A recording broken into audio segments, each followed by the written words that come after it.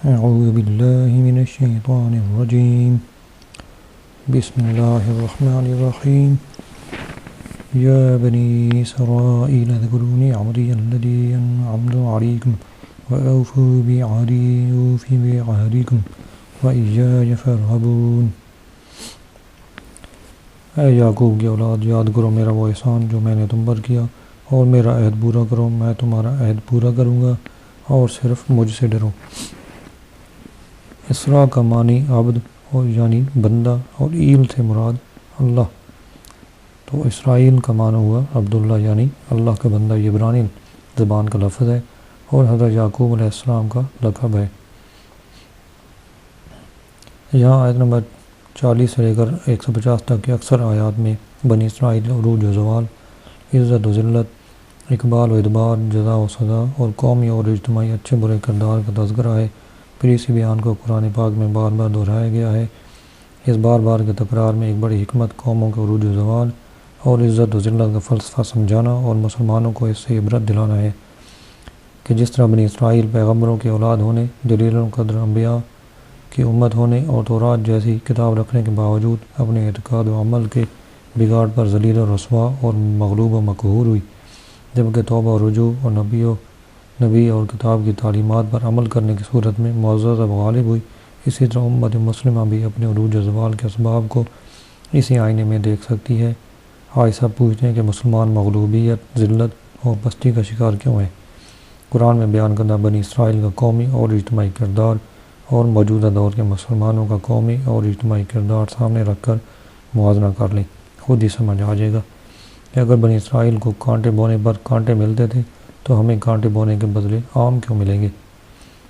اذکروا نعمتی، میرا احسان یاد کرو۔ اس آیت میں نبی کریم صلی اللہ علیہ وسلم کے زمانے کے یہودیوں کو مخاطب کر کے ان سے فرمایا گیا، اے بنی اسرائیل، میرا وہ احسان یاد کرو جو میں نے تمہارے آباء و اجداد پر کیے، جیسے انہیں فرعون سے نجات دی، ان کے لیے دریا میں گزرگاہ بنا دی، بادل کو ان پر صاحبان بنا دیا، کھانے کے لیے ان پر من و سلوہ اتارا، ان کے لیے پانی کے چشمے جاری کیے، انہیں طاقتور قوموں پر فتح عطا فرمائی، اور توریت جیسی عظیم کتاب انہیں عطا فرمائی۔ اور میرا وہ احسان یاد کرو جو میں نے تم پر کیا کہ تمہیں اپنے حبیب صلی اللہ علیہ وسلم کا زمانہ عطا کیا، جن کی آمد کی بشارت تورات اور انجیل میں دی گئی ہے۔ خیال رہے کہ یہاں یاد کرنے سے مراد صرف زبان سے تذکرہ کرنا نہیں ہے، بلکہ اس سے مراد یہ ہے کہ وہ اللہ کی اطاعت و بندگی کر کے ان نعمتوں کا شکر بجا لیں، کیونکہ کسی نعمت کا شکر نہ کرنا اس کو بھلا دینے کے مترادف ہے۔ وَأَوْفُوا بِعَهْدِي، اور میرا عہد پورا کرو، یعنی اے بنی اسرائیل تم میرے حبیب صلی اللہ علیہ وسلم پر ایمان لا کر وہ عہد پورا کرو جو تم نے مجھ سے کیا، اور میں اس کے ثواب کے طور پر تمہیں جنت میں داخل کر تمہارے ساتھ کیے وہ عہد پورا کروں گا، اور اپنے عہد کو پورا کرنے کے معاملے میں کسی اور سے ڈرنے کے بجائے صرف مجھ سے ڈرو۔ اس عہد میں جس عہد کا ذکر ہے اس کے بارے میں ایک قول یہ ہے کہ اس سے مراد وہ عہد ہے جو سورہ مائدہ میں یوں مذکور ہے۔ ترجمہ: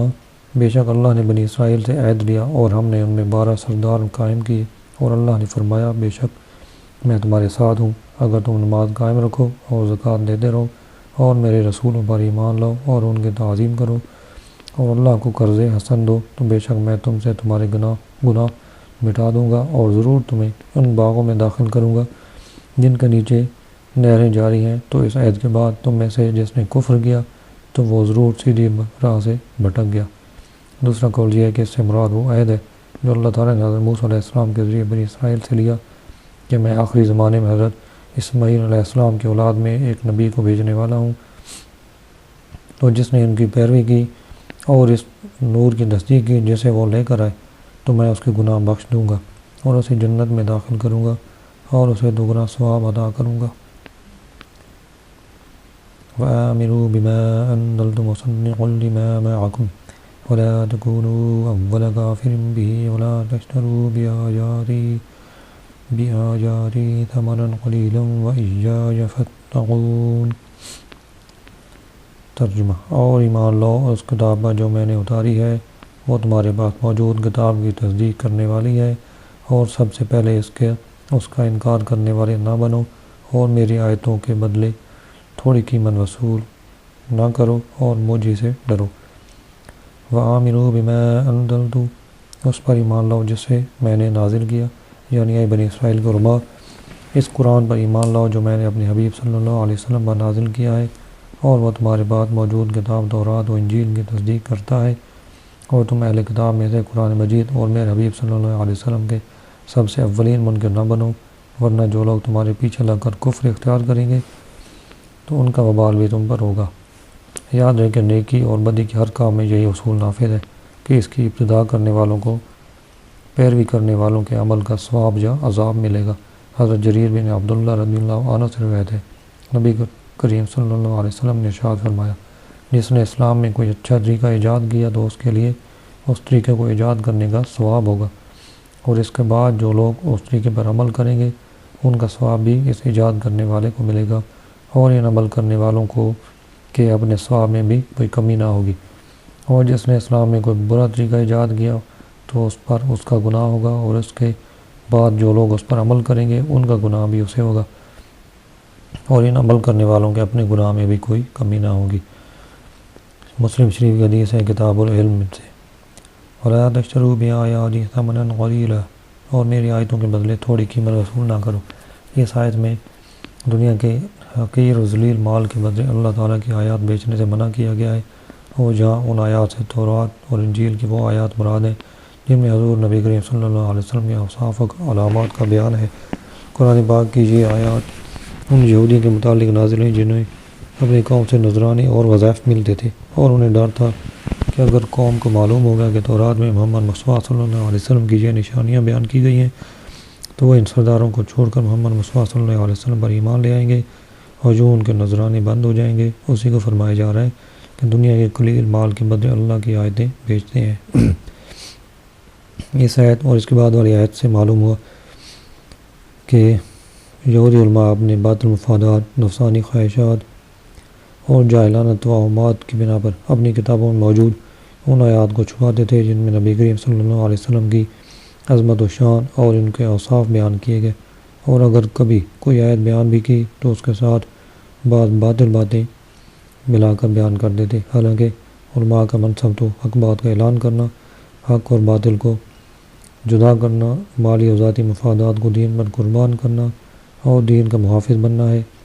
یہودیوں کے بیان کردہ طرز عمل اور علماء کے منصب کو سامنے رکھتے ہوئے ان لوگوں کو اپنی حالت پر غور کرنے کی حاجت ہے جن کا حضور نبی کریم صلی اللہ علیہ وسلم کی عظمت و شان بیان کرنے کے معاملے میں سلسلہ کہیں اور ہی جا کر ملتا ہے۔ وَلَا تَلْبِسُوا الْحَقَّ بِالْبَاطِلِ وَتَكْتُمُوا الْحَقَّ وَأَنْتُمْ تَعْلَمُونَ، اور حق کو باطل کے ساتھ نہ ملاؤ اور جان بوجھ کر حق نہ چھپاؤ۔ یہودی علماء نبی کریم صلی اللہ علیہ وسلم کی عظمت و نبوت سے متعلق تورات کی آیتیں چھپاتے بھی تھے، اور کبھی کچھ بیان کرتے تو ان کے ساتھ اپنی طرف سے کچھ باطل باتیں بھی ملا دیا کرتے تھے۔ مثلا اپنے پیروکاروں سے کہتے محمد صلی اللہ علیہ وسلم نبی تو ہیں لیکن ہمارے لیے نہیں بلکہ دوسروں کے لیے۔ یہودی علماء نے اس طرح کی کئی باتیں گھڑی ہوئی تھیں جن کے ذریعے وہ جان بوجھ کر حق چھپانے اور حق و باطل کو ملا کر دھوکہ دینے کے لیے طریقے اختیار کیے ہوئے تھے۔ علامہ علی بن محمد خازن رحمۃ اللہ علیہ فرماتے ہیں، اس آیت سے معلوم ہوا کہ ہر ایک کو چاہیے کہ وہ حق کو باطل سے نہ ملائے اور نہ ہی حق کو چھپائے، کیونکہ اس میں فساد و نقصان ہے، اور یہ بھی معلوم ہوا کہ حق بات جاننے والے پر اسے ظاہر کرنا واجب ہے اور حق بات کو چھپانا اس پر حرام ہے۔ وَأَقِیمُوا الصَّلَاةَ وَآتُوا الزَّکَاةَ وَارْکَعُوا مَعَ الرَّاکِعِینَ، اور نماز قائم رکھو اور زکوٰۃ ادا کرو اور رکوع کرنے والوں کے ساتھ رکوع کرو۔ اس سے پہلے آیات میں یہودیوں کو ایمان لانے کا حکم دیا گیا، پھر انہیں حق کو باطل کے ساتھ ملانے اور نبی کریم صلی اللہ علیہ وسلم کے نبوت کے دلائل چھپانے سے منع کیا گیا۔ اب ان کے سامنے وہ شرعی احکام بیان کیے جا رہے ہیں جو ایمان قبول کرنے کے بعد ان پر لازم ہے۔ چنانچہ فرمایا گیا کہ اے یہودیو، تم ایمان قبول کر کے مسلمانوں کی طرف 5 نمازیں اور ان کے حقوق اور شرائط کے ساتھ ادا کرو، اور جس طرح مسلمان اپنے مالوں کی زکوٰۃ ادا کرتے ہیں اسی طرح تم بھی اپنے مالوں کی زکوٰۃ دو، اور میرے حبیب صلی اللہ علیہ وسلم اور ان کے صحابہ کے ساتھ باجماعت نماز ادا کرو۔ اس آیت میں جماعت کے ساتھ نماز ادا کرنے کی ترغیب بھی ہے، اور احادیث میں جماعت کے ساتھ نماز ادا کرنے کے کثیر فضائل بیان کیے گئے ہیں۔ چنانچہ حضرت عبداللہ بن عمر رضی اللہ عنہ سے روایت ہے، نبی کریم صلی اللہ علیہ وسلم نے ارشاد فرمایا، جماعت کے ساتھ نماز پڑھنا تنہا نماز پڑھنے سے 27 درجہ زیادہ فضیلت رکھتا ہے۔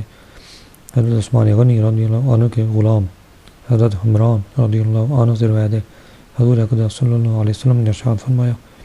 جس نے کامل وضو کیا پھر نماز کے لیے چلا اور امام کے ساتھ تک نماز پڑھی، اس کے گناہ بخش دیے جائیں گے۔ حضرت ابو ہریرہ رضی اللہ عنہ سے روایت ہے، نبی کریم صلی اللہ علیہ وسلم نے ارشاد فرمایا، جو اچھی طرح وضو کر کے مسجد کو جائے اور لوگوں کو اس حالت میں پائے کہ وہ نماز پڑھ چکے ہیں تو اللہ تعالیٰ اسے بھی جماعت سے نماز پڑھنے والوں کی مثل ثواب دے گا اور ان کے ثواب سے کچھ کم نہ ہوگا۔ حضرت ابو ہریرہ رضی اللہ عنہ سے روایت ہے، رسول اللہ صلی اللہ علیہ وسلم نے ارشاد فرمایا، منافقین پر سب سے زیادہ بھاری عشاء اور فجر کی نماز ہے، اور وہ جانتے کہ اس میں کیا ہے تو گھسٹتے ہوئے آتے، اور بے شک میں نے ارادہ کیا کہ نماز قائم کرنے کا حکم دوں، پھر کسی کو حکم فرماؤں کہ لوگوں کو نماز پڑھائے،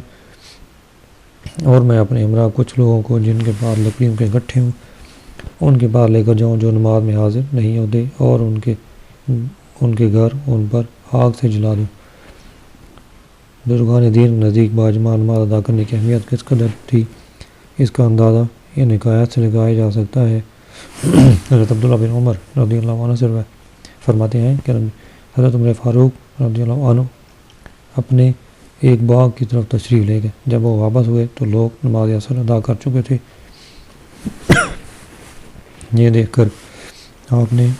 انا للہ و انا الیہ راجعون پڑھا اور ارشاد فرمایا، میری عصر کی جماعت فوت ہو گئی ہے،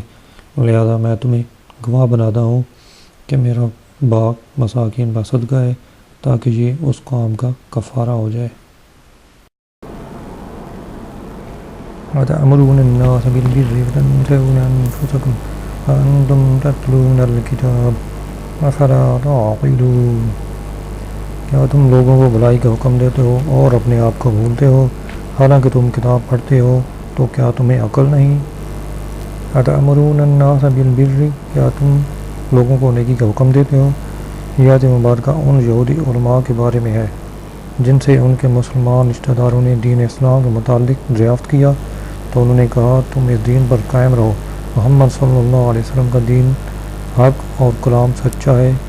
یا ان یہودیوں کے حق میں نازل ہوئی جنہوں نے مشرکین عرب کو حضور اقدس صلی اللہ علیہ وسلم کے مبعوث ہونے کی خبر دی تھی اور حضور پرنور صلی اللہ علیہ وسلم کی پیروی کرنے کی ہدایت کی تھی۔ پھر جب حضور اقدس صلی اللہ علیہ وسلم مبعوث ہوئے تو یہ ہدایت کرنے والے حسد سے خود کافر ہو گئے،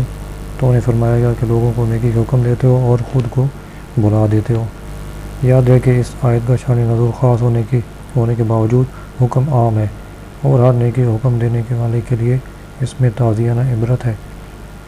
یہاں ایک بات ذہن نشین رکھیں کہ معمولی فساد اس وقت بہت بڑے فتنے اور تباہی کی شکل اختیار کر لیتا ہے جب اس کا ارتکاب کرنے والے خود وہ لوگ ہوں جو دوسروں کو تو بھلائی کا حکم دیتے ہوں، لیکن جب ان کے عمل سے پردہ اٹھے تو معلوم ہو کہ گناہوں کے سب سے بڑے مریض یہی ہیں۔ انہیں یاد رکھنا چاہیے کہ قول و فعل کا تضاد اور خلوت و جلوت کا فرق دنیا اور آخرت دونوں کے لیے بہت نقصان دہ ہے۔ دنیا میں تو یہ اس قدر نقصان دہ ہوتا ہے کہ ایک مرتبہ کسی کے متعلق یہ تضاد ثابت ہو جائے تو لوگ زندگی بھر اسے منہ لگانا پسند نہیں کرتے، بلکہ ایسوں کے عمل کو دیکھ کر نہ جانے کتنے لوگ ہمیشہ کے لیے دین سے ہی متنفر ہو جاتے ہیں، اور آخرت میں اس کا نقصان کتنا زیادہ ہے اس کا اندازہ اس روایت اور اس حکایت سے خود ہی لگا دیجیے۔ چنانچہ حضرت عدی بن حاتم رضی اللہ عنہ سے روایت ہے، حضور اقدس صلی اللہ علیہ وسلم نے ارشاد فرمایا، قیامت کا دن کچھ لوگوں کو جنت کی طرف لے جانے کا حکم ہوگا، یہاں تک کہ جب وہ جنت کے قریب پہنچ کر اس کی خوشبو سونگیں گے، اس کے محلات اور اس میں اہل جنت کے لیے اللہ تعالیٰ کی تیار کردہ نعمتیں دیکھ لیں گے تو انہیں داد دی جائے گی، انہیں جنت سے لوٹا دو کیونکہ ان کا جنت میں کوئی حصہ نہیں۔ یہ سن کر وہ ایسی حسرت کے ساتھ لوٹیں گے کہ اس جیسی حسرت کے ساتھ ان سے پہلے لوگ نہ لوٹے ہوں گے۔ پھر وہ عرض کریں گے، یا رب، اگر تو اپنا ثواب اور اپنے اولیاء کے لیے تیار کردہ نعمتیں دکھانے سے پہلے ہی ہمیں جہنم میں داخل کر دیتا تو یہ ہم پر زیادہ آسان ہوتا۔ اللہ تعالیٰ ارشاد فرمائے گا، میں نے ارادتاً تمہارے ساتھ ایسا کیا ہے، اور اس کی وجہ یہ ہے کہ جب تم تنہائی میں